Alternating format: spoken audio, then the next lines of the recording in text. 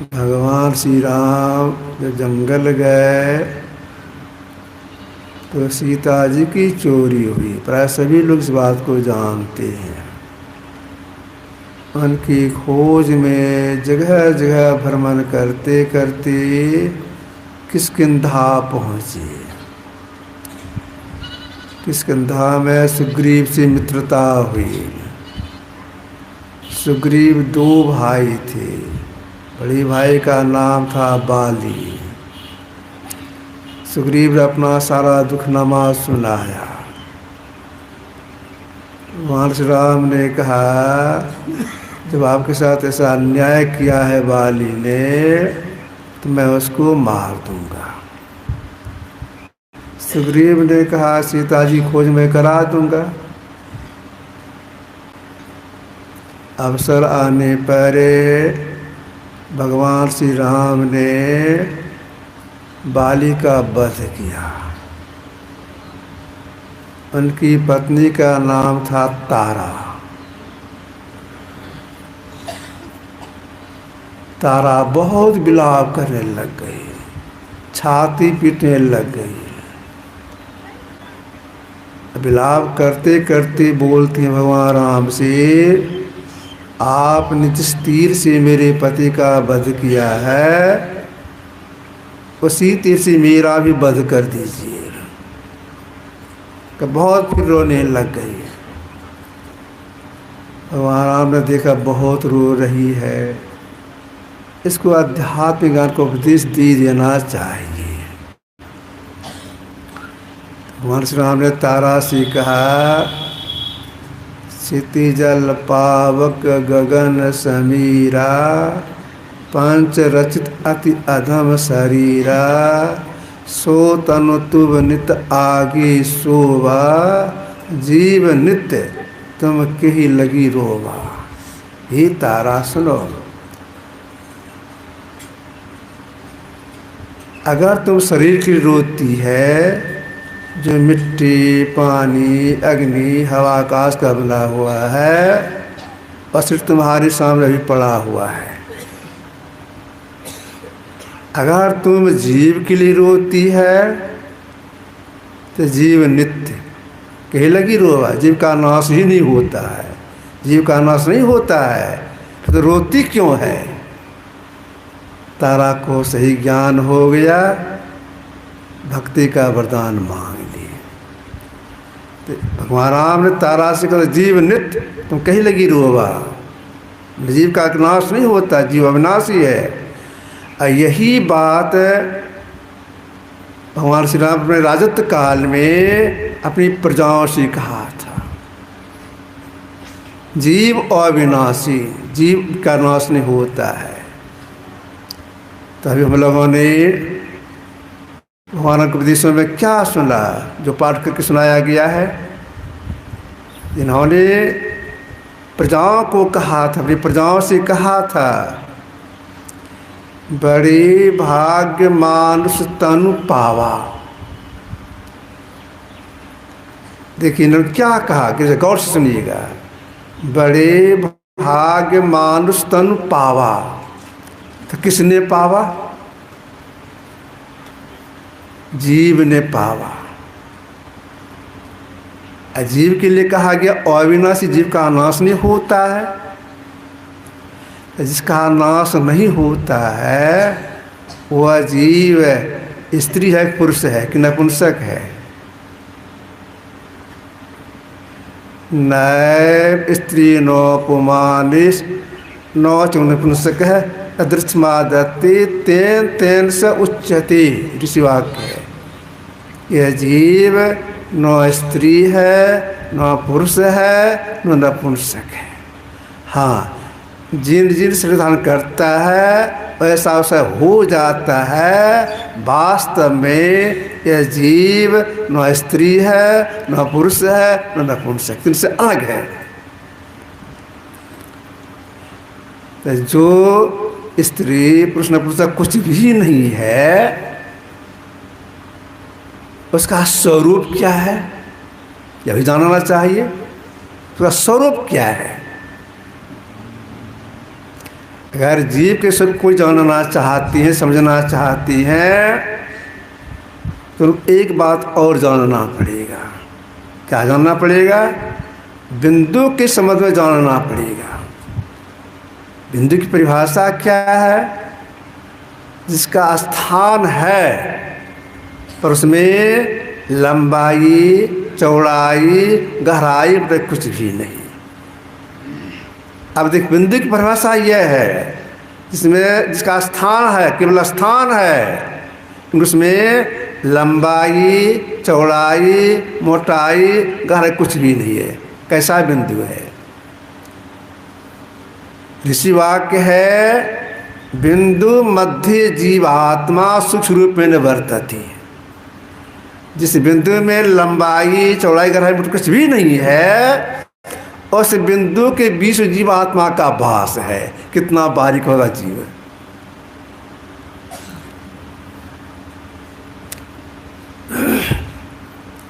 यह जीव सृष्टि काल से, आज से नहीं, सृष्टि काल से अनेकों प्रकार के शरीर धारण करते छोड़ते आ रहा है। बहुत बार सृष्टि हुई है। जब से सृष्टि प्रारंभ हुई ब्रह्म से, तब से यह जीव अनेक प्रकार के शरीर धारण करते छोड़ते आ रहा है। शरीर धारण करने में, छोड़ने में जीव को असह कष्ट होता है। अब आप कहेंगे यह जीव अविनाशी है, इसका नाश होता ही नहीं है। सृष्टि काल से दुखों को भोगते हुए आ रहा है, तो क्यों भोगते हुआ, दुखों को भोगते क्यों आ रहा है? क्यों दुख को हो रहा है? इसलिए कि जीव के ऊपर में 3 पर्दा पड़ गया है। घटतम प्रकाश शब्द पट त्रय जीव पर है छारे। यही कारण है सृष्टि काल से जीव को अनेक जोनियों में जाना पड़ता है, दुखों को भोगना पड़ता है। यही कारण है। यही कारण मिटाने के लिए परमात्मा दया करके हम जीव को मनुष्य शरीर दिए। इस कारण को मिटा दो तो फिर संसार आना नहीं होगा, दुख से छूट जाओगे। इसलिए मनुष्य शरीर दिया गया है। तो हम जीव हैं, शरीर इस मनुष्य शरीर में है, हमारे पर 3 पर्दा पड़ गया है। जब तक 3 पर्दे के अंदर में रहेंगे, अनेक प्रकार शरीर को धारण करना ही पड़ेगा, छोड़ना ही पड़ेगा, दुखों को भोगना ही पड़ेगा, कोई भी हो। तब क्या करना चाहिए? तो मनुष्य सील के मिला है, 3 पर्दों को पार कर जाओ, दुख से छूट जाओगे। अब विचारना ये है, अंधकार है, प्रकाश है, शब्द है, 3 पर्दा है, इसको पार हम कैसे करें? आंख बंद करती है, घोर अंधार, कोई भी हो, स्त्री हो, पुरुष हो, बच्चे हो, बूढ़ी हो, जवान हो, पढ़े हो, अनपढ़े हो, हिंदू हो, मुस्लिम हो, भारत के हो, पश्चात देश को, कोई भी हो, आंख बंद करती है, घोर अंधार। पहला पर्दा है, इसका दायरा बहुत बड़ा है। इसको कहा गया वज्र किवाड़। लोग घर बनाते हैं, उसमें सामान रखते हैं, सुरक्षा के लिए लकड़ी का किवाड़ी लगा देते हैं, कोई सामान ले न ले। कोई लोहे का किवाड़ी बना देते हैं, कोई तोड़ के भी नहीं ले सके। यह वज्र किवाड़ बहुत मजबूत। गुरु खोलिए वज्र कपाट अंदरी सन्मुख की। गुरुदेव प्रार्थना करते अपने गुरु बाबा साहब से, खोल दीजिए। तो अंधकार है, वज्र किवाड़, इसको कोई भी व्यक्ति धक्का दे के हटा नहीं सकता है। कैसे हटा के धक्का दे? कोई हटा सकते हैं धक्का दे करके? हाँ, इस अंधकार में छेद करके निकल सकती है, धक्का दे के नहीं, छेद करके निकल सकती है। अगर कोई यह सोचिए छेद करने की बात है तो कमार भाई कहाँ से बर्मा ले आएंगे और छेद कर देंगे, तो बर्मा वहाँ नहीं चलेगा। किसी तरह से अंधकार में छेद नहीं कर सकते आप बाहरी उपाय से। छेद करने का एक ही उपाय है, क्या उपाय है? ये जो हम लोग दो आंखें परमात्मा ने दिया है, बाईं आंख दाईं आंख, दोनों आंखों से धार निकल रही है, जिसकी धार निकल रही है असामान्य रेखा निकल रही है, सीधा चलती है। अगर कोई दो धारों को एक कर लेंगे, जोड़ लेंगे, अंधकार में छेद हो जाएगा। अब जोड़ेंगे कैसे? छेद करने के लिए जोड़ेंगे कैसे? अपने से तो होगा नहीं। इसी के लिए गुरु के पास जाना होता है, युक्ति सीखने के लिए। गुरु महाराज जी पहले दरियापंथी में थी, तो मानस जान सीखे थे, वही करते थे। अंधकार के बाद प्रकाश है, प्रकाश में शब्द है। जब सुना गुरुदेव किसी सत्संगी से, जिज्ञासा जगी, अंधकार के बाद प्रकाश है, कैसे जाएंगे उसमें? जो जिज्ञासा जगाने वाले थे उनका नाम था धीरज लाल जी। उनसे कहा आपको युक्ति बता दीजिए। कहा हम नहीं बताएंगे आपको। भागलपुर के स्थान का नाम मायागंज मोहल्ला। वहाँ बाबा साहब के एक शिष्य रहती हैं, उनका नाम है राजेंद्र सिंह। उनको आदेश है दीक्षा देने का, उनके पास आप जाइए।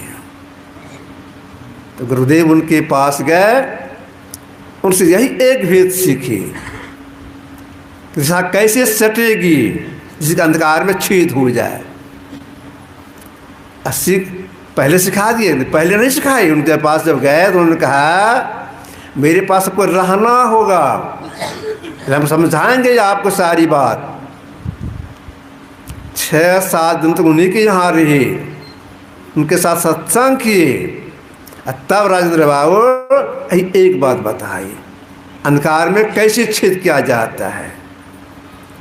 सीख लिए, किए, अंधकार में छेद हुआ। अब अंधकार छेद करने के लिए युक्ति सीखे तो किए तो क्या चुपचाप रहे? जब तुझ देने का समय आया तो इन्होंने कहा भाई कैसे छेद होता अंधकार में, इसलिए कहाँ देखना, कितनी दूरी पर देखना होगा, कितना सिमटा चाहिए। गंग जमुन सरस्वती संगम पर संध्याकृत भाई दृष्टि जुगल कर अंगुल द्वादश पर। दृष्टि को जोड़ेंगे तो कहाँ, कितनी दूरी पर जोड़ेंगे? अंगुल द्वादश, 2 और 10, 12 अंगुल पर। 12:15 से 12 पर दिशा नहीं सटती है, ठीक 12 अंगुल पर, उसकी दूरी है 12 अंगुल। 12 अंगुल से हमारे सट जाए, इसके लिए वर्षों अभ्यास करना पड़ता है, समय लगा कर अभ्यास करना होता है। क्या दृष्टिदार समांतर रेखा में चलती है, जब भी सटेगी 12 अंगुल पर ही सटेगी। इसलिए समय लगा कर अभ्यास करने के लिए महापुरुषों ने कहा। कितना समय लगाना पड़ता है, किस लगन के साथ अभ्यास करना पड़ता है। 8 पर निरखत रहे जैसी चंद चकोर, जैसी चंद चकोर पलक से टारत नाई। पलटू साहब कौन है? जिस चकोर चांद को पलक देखता है, ठीक संतराकाश में एक टक से देखना होता है। 8 पर देखना होता है, टक लगा के देखना होता है, सिमटिका से देखना होता है, बैठने क्लास में बैठ के देखना होता है, तो उसमें सफलता मिलती है। तो कैसे बैठेंगे? महापुरुषों ने कहा सीधा बैठिए, हिलडोल न कीजिए। अगर हिलडोल करेंगे सफलता नहीं मिलेगी। हिलडोल तजी वृद्धि की वाणी है, बिल्कुल ठीक रास्ते बैठिए। और अंधकार जहाँ देखने का निशाना बता दिया, ठीक वहीं देखिए, अपनी बुद्धि मत लगाइए। अगर अपनी बुद्धि लगाएंगे सफलता नहीं मिलेगी, अंधकार में छेद नहीं होगा, प्रकाश को नहीं देखेंगे। तुलसी साहब के एक शिष्य का नाम था तकी। तकी से इन्होंने कहा था, कौन? तुलसी साहब ने कहा था ऐ तकी तकते रहो, मुर्शद ने ऐ पंजा दिया, बेशुद्ध मत छोड़ जो, गर चाहे तुझे जलवा पिया। ऐ तक तो अपने अंदर में जलवंतर भरत प्रकाश दिखना चाहते हो, जहाँ गुरु ने पंजा ने भेद बताया देखने के लिए, कि तुम वहीं पर देखो, सिमटिगा से देखो, समय लगा के देखो। तो देखती देखती सिधार अपने आप टकराती है, तब एक होती है, तब अंधकार छेद होता है। तब आप कहेंगे टकराएगी, इसके बाद एक होगा तो अंधकार में छेद हो जाएगा, कैसे जानेंगे? जब टकराती है तो सिद्धार्थ चमक देखने में आता है, तो चमक देखने लग गया तो सट गई, अंधकार में छेद हो जाएगा। तब क्या इसका परिणाम क्या होगा? इसका परिणाम यह हो जाएगा, मन से चेतन धार सुरत ही केवल पैठ सके जामे, जिसे गबलत छुटत पिंड ब्रह्मांड खंड सुधि जामे। अगर छट गई जीवात्मा और मन से अहंकार, अंधकार से निकल करके प्रकाश में चला जाएगा। मानस से चेतन सार से केवल पाठ सके जामे, परिणाम इसका क्या होगा? छूटत पिंड, आंख से पिंड का भाग्य छूट जाएगा, ब्रह्मांड प्रवेश कर जाएंगे। छूटत पिंड ब्रह्मांड खंड शुद्धि जामे, ब्रह्मांड की शुद्धि हो जाएगी। दिशा जैसे सटती है, अंदर पेश होता है, अंधकार के बाद प्रकाश पहुंचता है, उस जीव की दृष्टि खुल जाती है, पूर्ण रूप में दृष्टि खुल जाती है। दिव्य दृष्टि से क्या होता है? दिव्य दृष्टि से कहाँ क्या हो रहा है, कौन किस विचार से मेरे पास आ रही है, कब कीर्ति कब कन की मृत्यु होगी, कोई बात छिपी नहीं रहती है, सब वे जान जाते हैं। मन के विचारों को भी वे जान जाती है। इतना हो जाने पर भी हमें अभी प्रकाश ही में दृष्टि प्राप्त है, लेकिन इतने में जीव का परम कल्याण नहीं।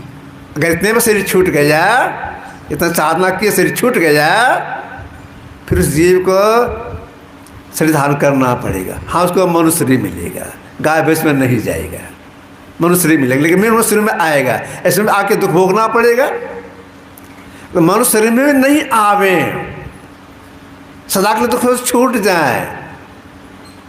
इसके लिए परमात्मा ने मनुष्य शरीर दिया है, किसके लिए?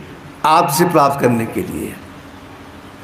अब आत्म से प्राप्त करेंगे तब हम संसार में नहीं आएंगे। उसके पहले संसार आना होगा, आत्म से प्राप्त करने के लिए क्या करना पड़ेगा? अगर भी यह सोचिए, आत्म से प्राप्त करने के लिए हम तीर्थों में जाएंगे तो नहीं होगा, व्रत त्योहार करेंगे तो नहीं होगा, तपस्या करेंगे इसमें भी नहीं होगा। आपने सुना होगा, जब कृत का नाम ये भरद्वाज मुनि के पुत्र थे, बड़े विद्वान थे, सारा शास्त्र कंठस्थ था। इनके मन में हुआ परमात्मा प्राप्ति हमको करना है, आत्म से प्राप्त करके परमात्मा की प्राप्ति करना है। इसके लिए हम किन्हीं को गुरु नहीं बनाएंगे, तपस्या करके हम यह काम कर लेंगे। लाठी स्वभाव के थे। अब तपस्या कहाँ करें? स्थान चयन करने के लिए आगे बढ़े, स्थान खोजते खोजते एक स्थान को अच्छा लगा। वह स्थान कैसा था? एक तरफ नदी बह रही है, पानी था पूरा करेंट, नदी के किनारे में बालू है, बालू ही बालू है, और उसके बगल में जंगल है।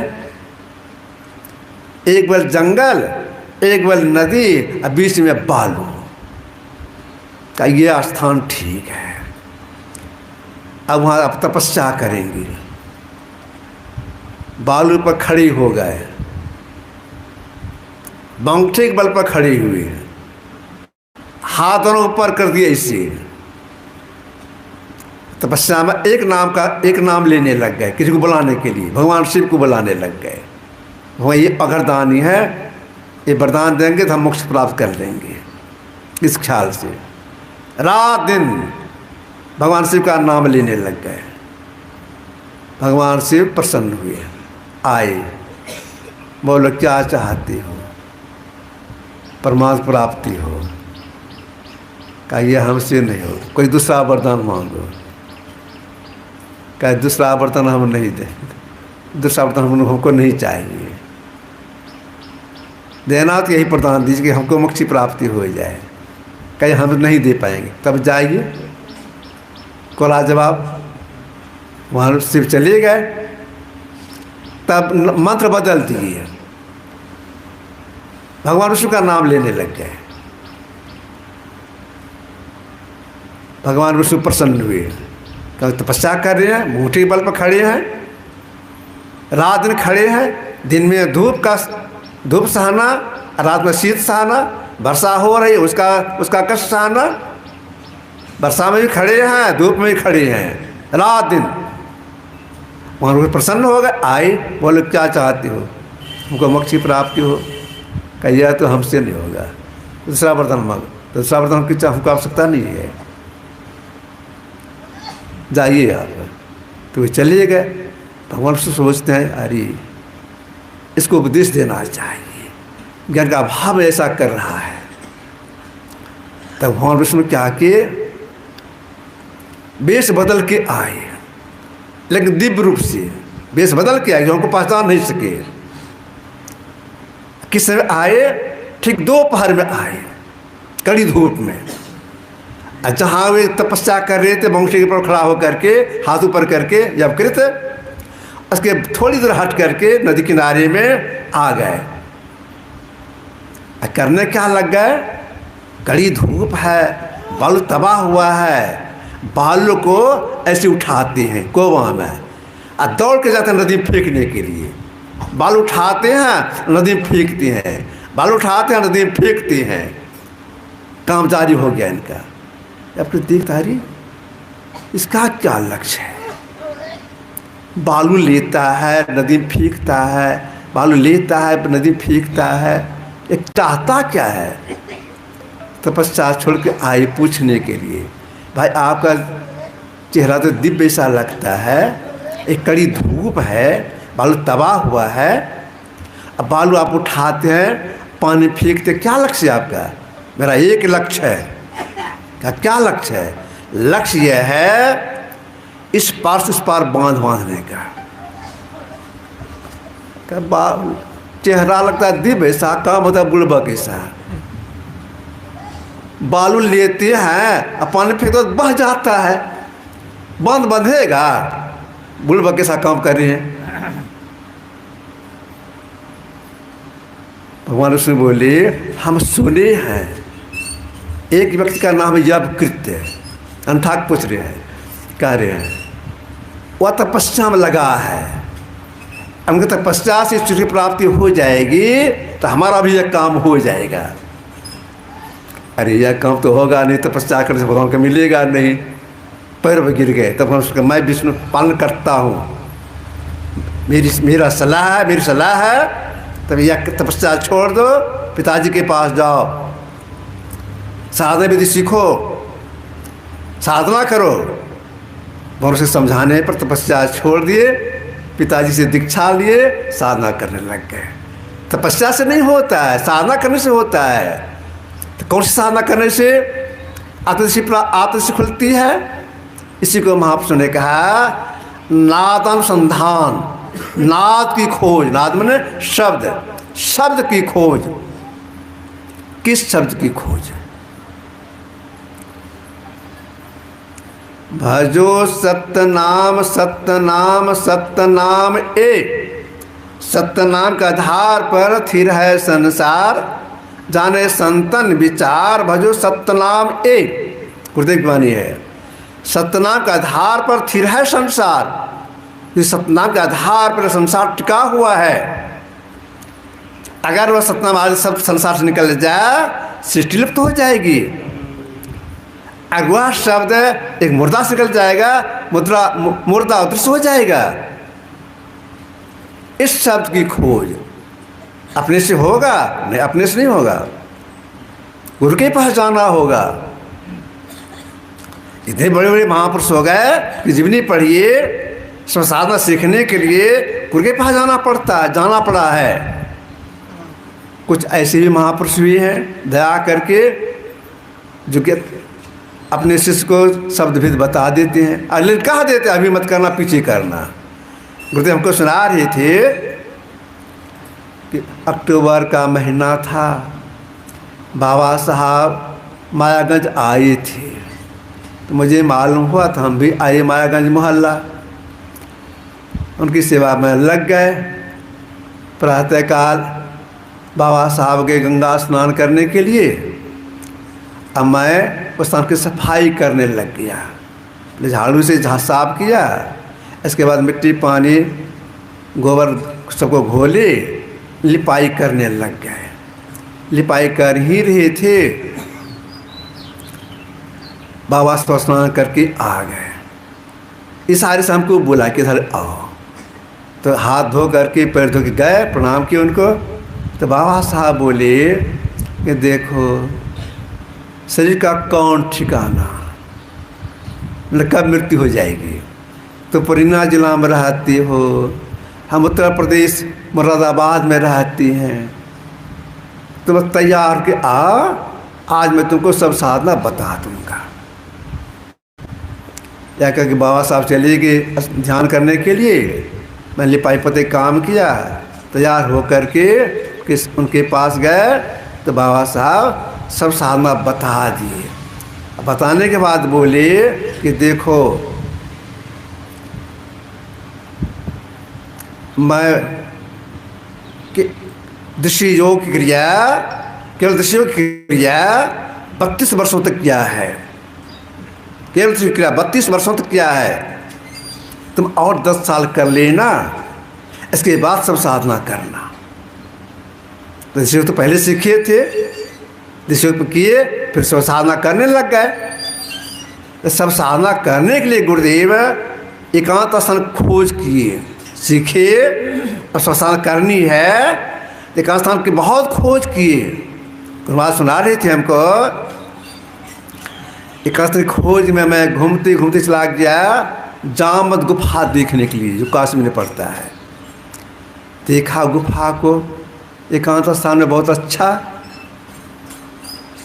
लेकिन देखा क्या, वहाँ पर 7-8 पहलवान कुश्ती करके बैठे थे और सब गांजा पी रहे थे। उनका स्थान तो ठीक है, गजड़ी भंगड़ी आता है, बाधा डालेगा।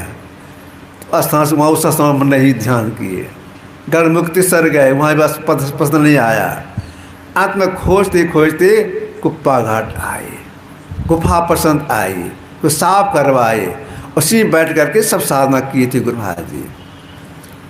गुफा में कई द्वार है, पूरब, दक्षिण, पश्चिम, उत्तर की ओर जाएगा। जो गंगा किनारे गया है, जहाँ प्रेस है, आश्रम का जो प्रेस है, उसके नीचे में गुफा, जहाँ कदम गाछ है, उसके नीचे एक कमरानुमा है, उसमें बैठ कर महाराज साधना की थी। जब जाते थे बैठने के लिए, बैठे रहते थे, घंटों बैठे रहते थे। जब तक घंटों नहीं बैठेंगे कोई सफलता नहीं मिलेगी। एक बात यह है, सब साधना करने में गुरु क्या बताती हैं, 3 बंद लगा के सदभ्यास करने के लिए बता, 3 बंद है।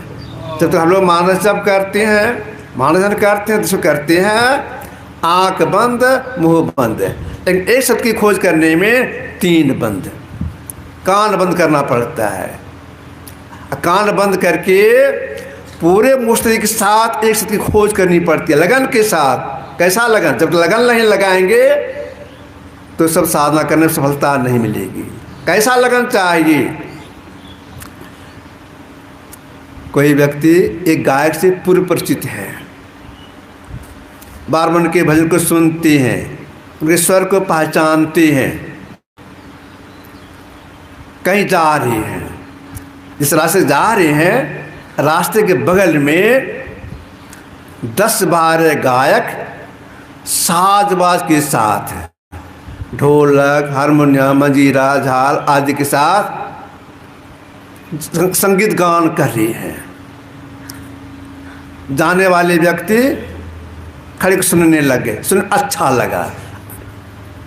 भीतर सोचती है 10-12 गायक हैं, साजबाज के साथ गाना गा रहे हैं, गीत गा रही है, कितना अच्छा स्वर सबका है, साजबाज मिला हुआ है, कितना अच्छा है। लेकिन लगता है 10-12 गायक का स्वर है। अच्छा, जो फलाने बाबू हैं वो तो अच्छे गायक हैं, इस झुंड में हाँ या नहीं है। तो खड़े खड़े उस आवाज़ के स्वर को, उस स्वर का चयन करते हैं, वो स्वर हाँ या नहीं है। खड़े हैं, समझ रही हैं फलाने बाबू स्वर है या नहीं है। 10-12 आदमी गा रहे हैं साजबाज के साथ, उसमें एक स्वर की खोज करनी है। सबते सबते ख्याल, हाँ लगता है ये गायक भी झुंड में है कि नहीं है। अब जब जाते हैं सही में ये बाबू भी गीत भजन गा रहे हैं। इसी तरह से अपने अंदर में बहुत शब्द हो रहा है, महापुरुष का अनहद शब्द, उस अनहद शब्द में एक शब्द की खोज करनी पड़ती है।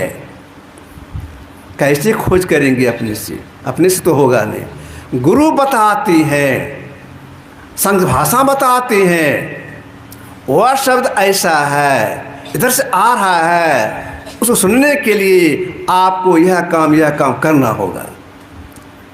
उस शब्द में चुंबकीय गुण है, मतलब चुंबक का गुण अपनी ओर खींचने का चुंबकीय गुण है। अगर उसको कोई पकड़ लेता है, सुन लेता है कि थोड़ा सा भी, वह सुनने वाले को सब पकड़ लेता है, अपने केंद्र को खींचने लगता है।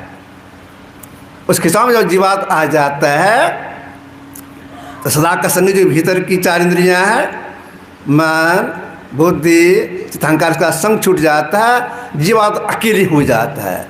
उस अकेले अवस्था में वह जीव अपना पहचान कर लेता है। आत्म आपको आप ही जाने, ये तो अपने से अपना पहचान करता है। इसके बाद जिनका ये अंश है, अपने अंश को ही पहचानता है, उसमें मिल जाता है। यही काम करने परमात्मा की ओर से हम जीव को मनुष्य मिला है। बड़े भाग मनुष्य तन पावा, इसीलिए मिला है। तो हम लोग क्या करना चाहिए? इस काम में लग जाना चाहिए। अगर नहीं लगते हैं तब शरीर तो क्षणभंगुर है, साधना विधि नहीं सीखे, खाए पिए मस्ती में रे, शरीर छूट गया, तब क्या होगा? शरीर तो क्षणभंगुर है। साजो भाई की वाणी में है, पानी का सा बुलबुला यह तन ऐसा होय, पी मिलन को ठानिए, ना पढ़ रही सोय, ना पढ़े सोय बहु मन खा दे, आप इन्हीं को खोज मिले तब राम से नहीं, हरि को भूले जो फिरे सहजो जीवन छार, सुखिया तभी होएगो सुमरेगो करतार। परमात्मा शरीर कैसा है? पानी का सा बुलबुला, फोका में क्षण भंगुर है। पिबलर को ठानिए ठीक है, नहीं ठानिए तब मन खा दे, मनुष्य नहीं मिलेगा और सिर में जाना पड़ेगा।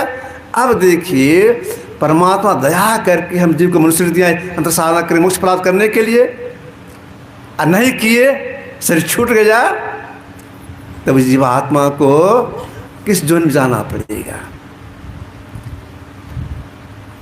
मौका दिया था परमात्मा ने मोक्ष प्राप्त करने के लिए, काम नहीं किए, शरीर छूट गया।